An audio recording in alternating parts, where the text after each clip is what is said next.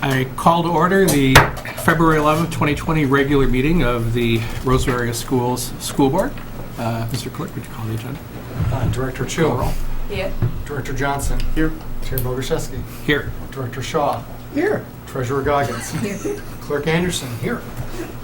Thank you. Mr. Superintendent, are there any agenda adjustments tonight? There are none. Great. Any announcements or comments from my fellow board members? We do have one small announcement. Next week is our annual Alternative Education Week celebration here at the Fairview Alternative High School. This week, we're celebrating the students that have made the choice to come to FOS to complete their high school diploma. As many of us may know, FOS is a comprehensive high school that has the same requirements for graduation as the sister high school, Roseville Area High School.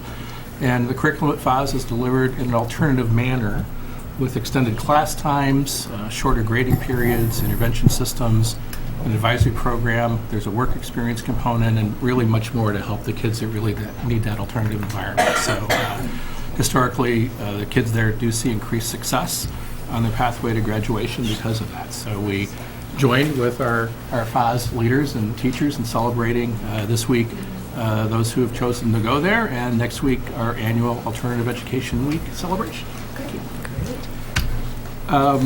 I do believe we have some guests tonight with us. We have debate state competitors. So feel free to step to the podium, and then one of y'all come up. You can come sit at that. If you're gonna, you can either stand in a line if you're going to speak, or sit at the table, whatever more comfortable.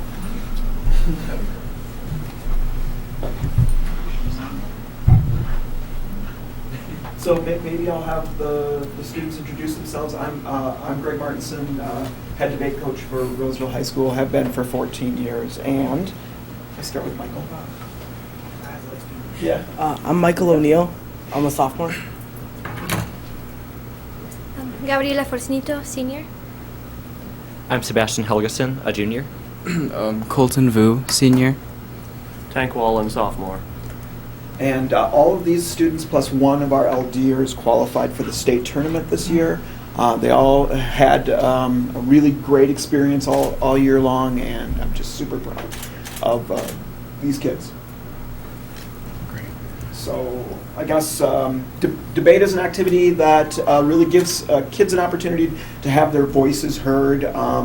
They dig into a topic and learn to understand it in a really deep way, which is really, I would say for me as a coach working with the activity, it's really a satisfying experience. If you are at all interested in watching how the world works, it can be a little depressing. It can be a little, you can become a little bit cynical about how things function. And when I work with these kids, I feel a lot better about our future. We've had kids that have gone on to do all kinds of things. We've had a Rhodes Scholar. We've had kids that have gotten PhDs. We've had kids in our program that have helped in campaigns. And it just makes me feel very confident about our future. Maybe they can talk a little bit about the arguments that they did this year. Sure. Just briefly. Yeah. Okay. Yeah. You want to say something?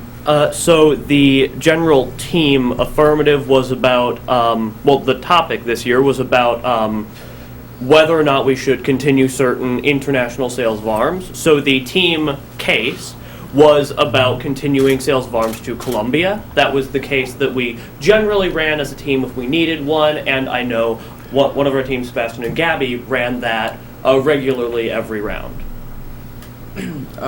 Me and my partner Michael, we spun it a little differently this year, and we built our cases around our identity politics as an Asian male and as a half black and half white male, Michael. So we dug into a lot of really deep literature of anti-blackness and Afro-pessimism, and Michael can definitely talk a lot about that once it gets in.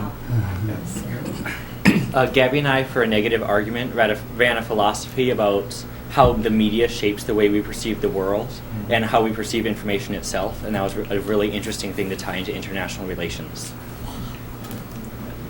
Kind of elaborating a little bit more on what Tank said about Colombia, this was a great opportunity for us to be able to learn more about not only like arms sales to Colombia, but the conflicts revolving arms within Colombia, especially involving Afro-Colombian and indigenous populations, and their relationship with the government.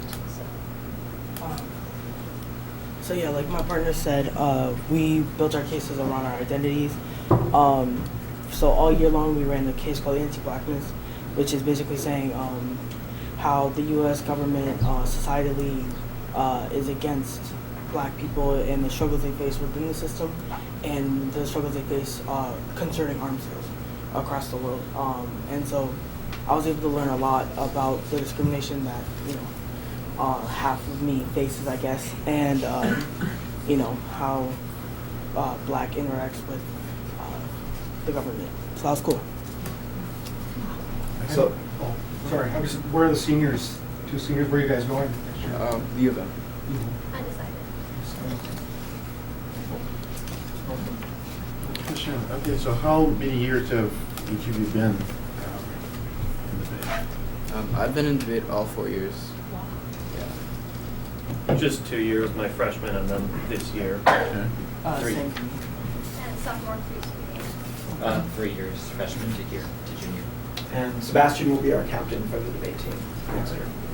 Congratulations. Well, thank you very much. Very impressive. I mean, those topics, it's like, those would Like I said, knock a lot of folks just, right out of their backs. To like I said, tackle. it makes you very optimistic about our Yes. future. Yeah. I'm so happy you were able to come tonight, so thanks for sharing all that. Thank you for coming.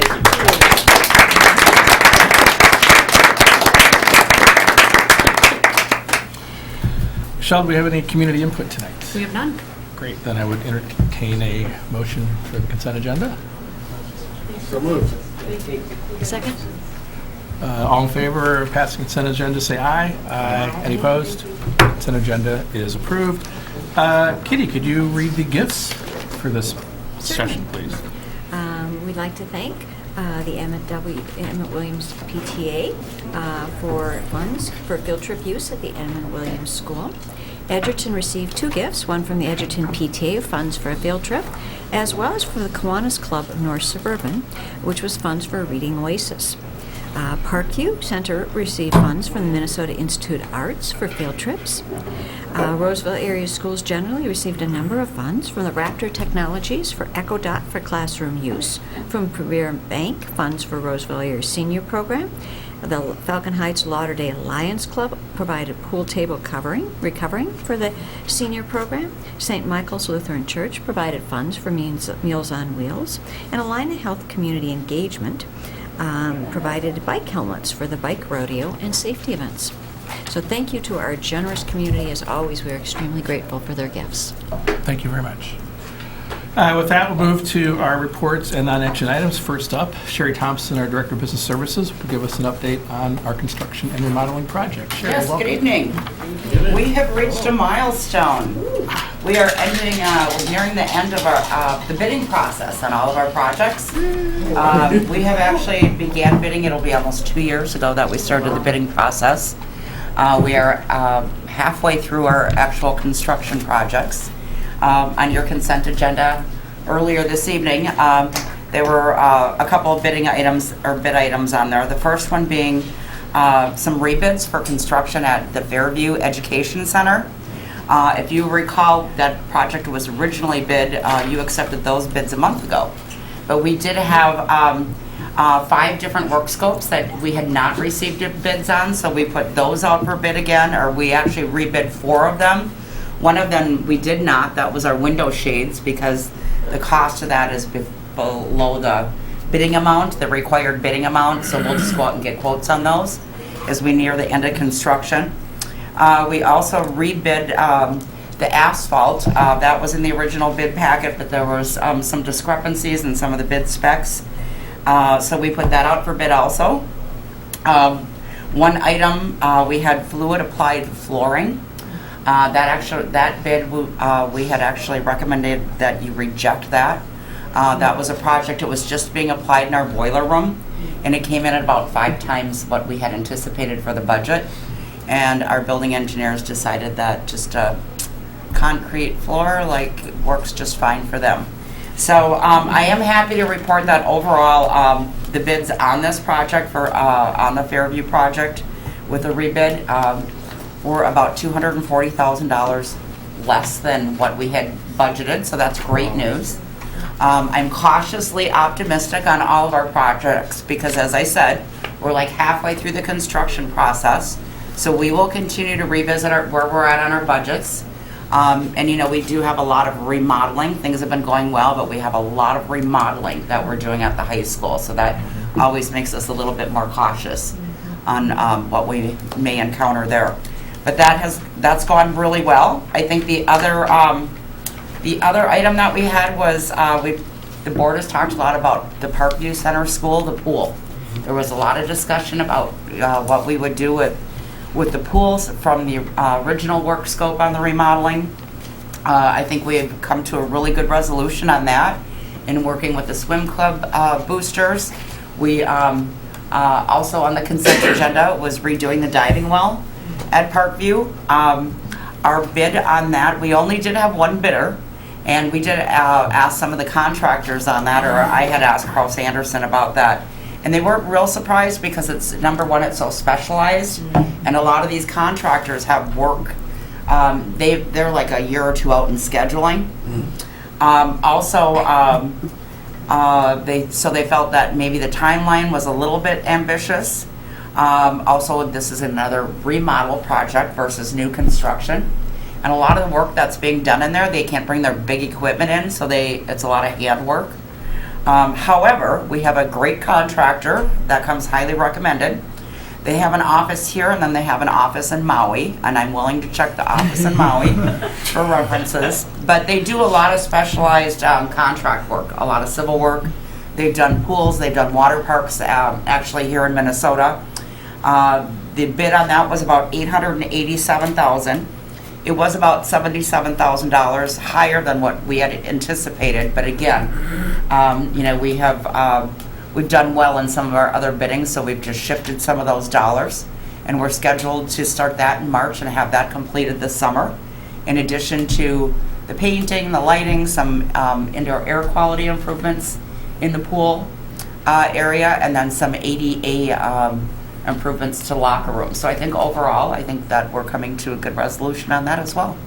Thank you very much. So that's what I have. Any other questions or comments for Sherry? Thank you. Thank you. Thanks, Sherry. With that, we'll move to a report on the draft calendars for the 2021 and 21-22 school years. And Jenny Lake. Good evening. As you said, I'm bringing to the 2021 school year, both 9-month and year-round, as well as a draft calendar for 21-22. And to bring to your attention, these calendars were drafted with input from the Professional Development Committee, as well as the District Calendar Committee, which has representation from students, teachers, EMR, of course, and administration. I'll draw your attention to the largest change on both of these calendars. We have placed a Professional Development Day, which traditionally lands on the first Friday in November. We've moved that to the Tuesday of elections, both in 2020 and 2021. And that's following suit from our neighboring school districts and many districts in the metro, as well as recommendations from students and staff around disruptions of hosting elections in our schools, and also the ability to allow more folks to get out and vote. Yeah.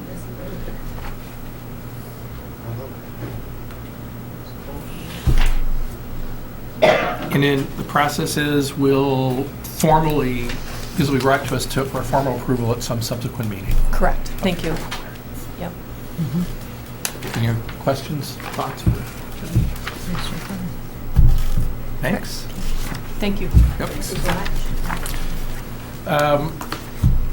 There are no action items on the regular board agenda, so with that, we'll turn to board reports if anyone has something they want to share. Todd, you want to go first if you have anything? Sure. A couple things. I'll just dive just briefly into, I had an opportunity with some directors, fellow directors of mine, to attend the MSD 2020 legislative session preview. Very well attended, packed, a lot of legislators were there. It was good to see wonderful presentations by some superintendents. We also had a presentation from Commissioner Mary Catherine Ricker, who, at least from the state's perspective, wants to focus on equity, wants to focus on the mental health needs of students, social and emotional learning.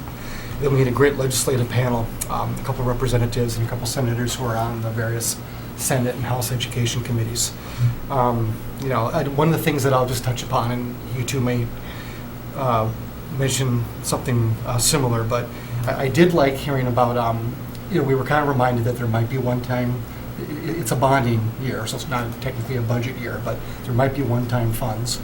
But I did like the fact that I kept hearing about safe and secure schools, talking about, the mental health needs. I heard that from more than one legislature, so it looks like there's going to be a focus this year. Now, again, that's always the focus going in, but it can change.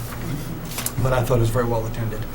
And then last night I had an opportunity to attend my first Falcon Heights Elementary PTA meeting. I thought it was great, very well attended. One of the speakers they had was Susan Gook, who has been before the board before to talk about the Roseville Area Schools Foundation, and gave kind of a presentation on recent grants and upcoming grant cycle. And just wanted to shout out too that Falcon Heights' largest fundraiser and community event is coming up this month, Family Fun Night, Friday, February 28th. So it was very interesting. I was glad to go to my first Falcon Heights PTA meeting. Cool. That's it. Kitty, anything to share? Yeah, I have two things I'd like to share. I had an opportunity, along with Frank, to attend the National African American Parent Involvement Day Assembly in concert at Central Park Elementary School, and it was really a fun thing to see. Students of different grades had used all kinds of artistic expression, from song to drumming to playing another instrument to dance, to celebrate many of the African American leaders, some of the accomplishments of historical figures, and it was just a really fun thing to see, and a lot of engagement, and there were over 100 parents there. So that was in the middle of the day. That's pretty impressive, I thought. Then this morning, I had an opportunity to spend the morning with the AVID Showcase. Every year, both our middle school and our high school put on an event for other schools trying to learn more about what we do here at AVID as a demonstration site. And it was really, really informative and fun. And I just wanted to share two quotes from you from two of the students who were speaking to this group. One was, I don't forget my roots, but I learned it's okay to plant seeds as well. And I thought, wow, what an insightful quote. And another one, this is a formal English learner student who entered the high school, and she said when she entered high school, she was just trying to pass them. That was her goal, but now she's taking AP classes with the AVID support. And all of the students who spoke about, and I should have added as well, that she said, I needed to get out of my comfort zone and trust that I can do it. And it was very inspiring to hear the students. They're so, to me, very mature and poised and eloquent. We have so many students I've heard in so many different venues, and I just continually be so impressed with them. I also had, they had this presentation about what's being done at the high school. Then we had an opportunity for an hour to attend some classes. And one of the classes I attended was a 9th grade English class. And it was really fun for me to see how we've integrated student voice. I mean, they were starting a new book that they were going to read for English class. And first they started with some philosophical questions that kind of, where's your position on this? And the students would go on one side of the room or the other side of the room, and they made the guests participate as well. So we'd go to one side of the room or the other side of the room, and then they would explain their position and explain their different position and have a discussion about it. And they had like 3 of these questions before they started the book, because they're topics that come up in the book. And I thought, wow, these students were so engaged in this activity, and you could see the excitement about starting the book. And I just was so impressed with it that I thought I'd share that with the rest of you, since you didn't have the luxury of being there. And then there was a panel where they were able to ask questions for the last hour. Thank you. Frankie, maybe? For me, over the last 2 weeks, I went to several meetings, seemed like endless meetings for the teacher negotiation, but the one meeting that I failed to get to, there's a tentative settlement as a result of my not being there, apparently. So in any case, that's the good news, and I enjoyed that. I have also from Central Park invitations to all of you to come. There's one for you, Kitty, one for Todd, there's for Curtis, Rose, and for Mike.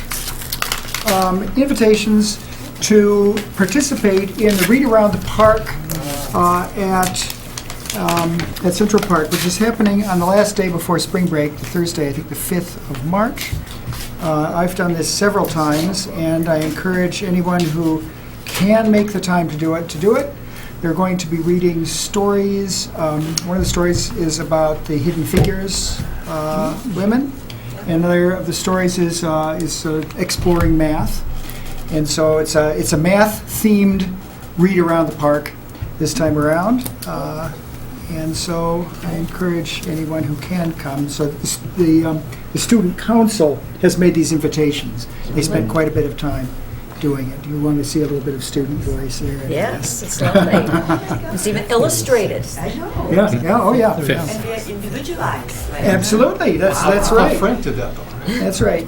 At the assembly yesterday at Central Park, the kindergartners came out and they read a poem, which was a responsive poem, and there would be a little verse, and then they'd say, "with our own hands," and it was all about, participating in your life with your own hands, with your own hands.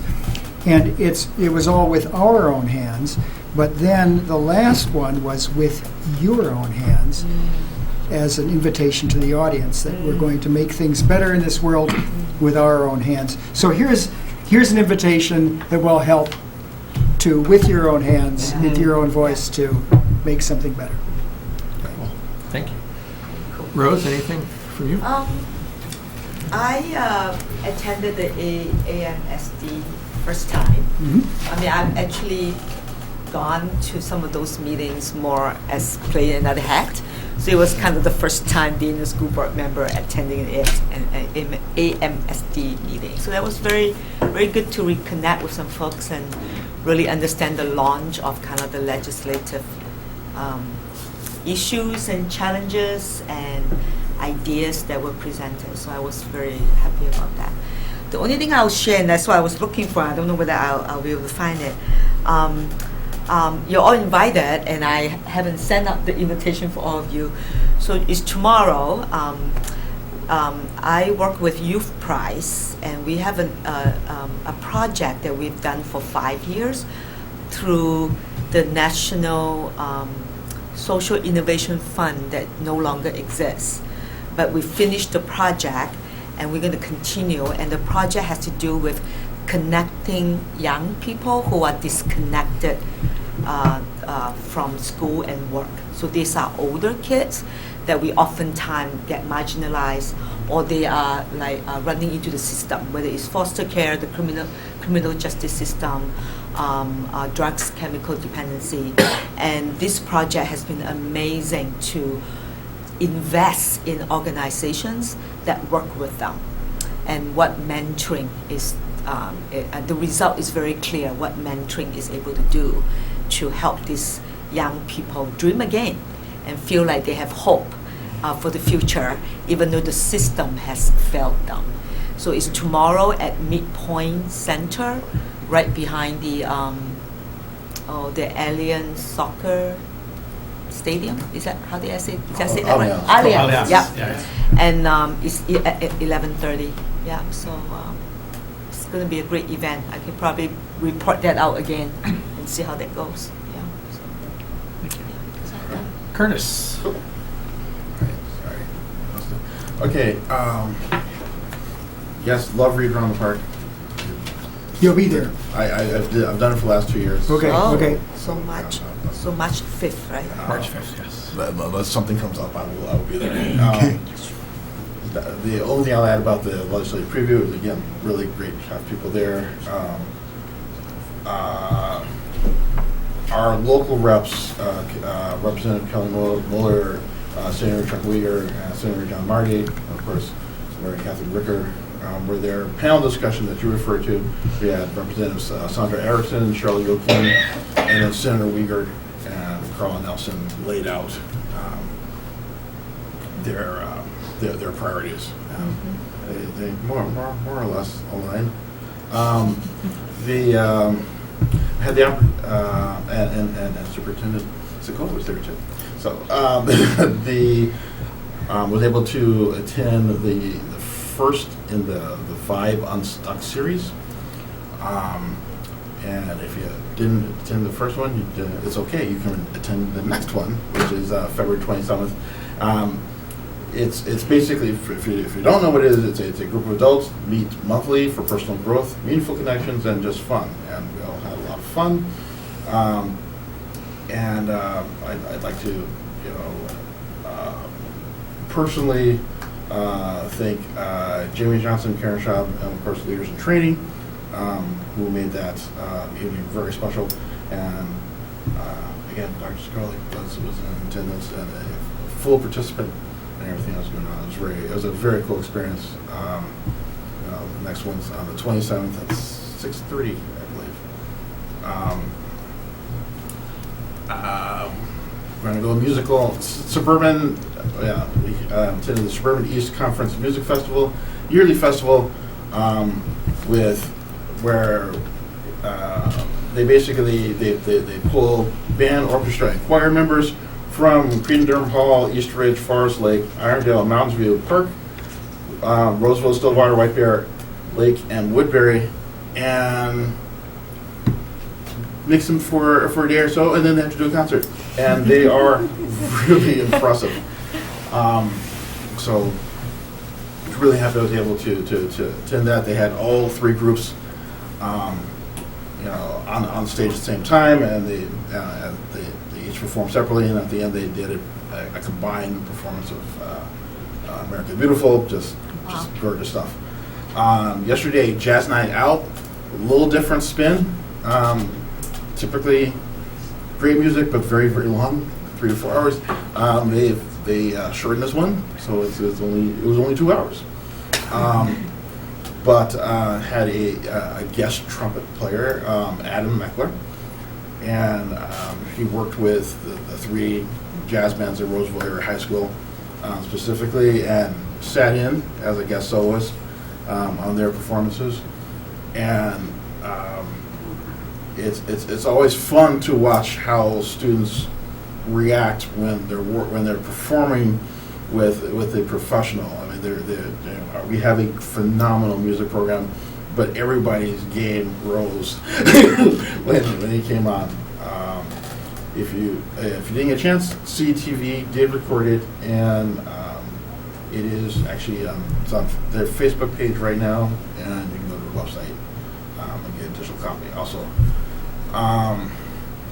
MSD Legislative Committee had a spirited discussion about the proposed amendment to the Minnesota Constitution, and I'm just going to leave that there. Attended Rams career night with Dr. Spilly and Hickey. And I love how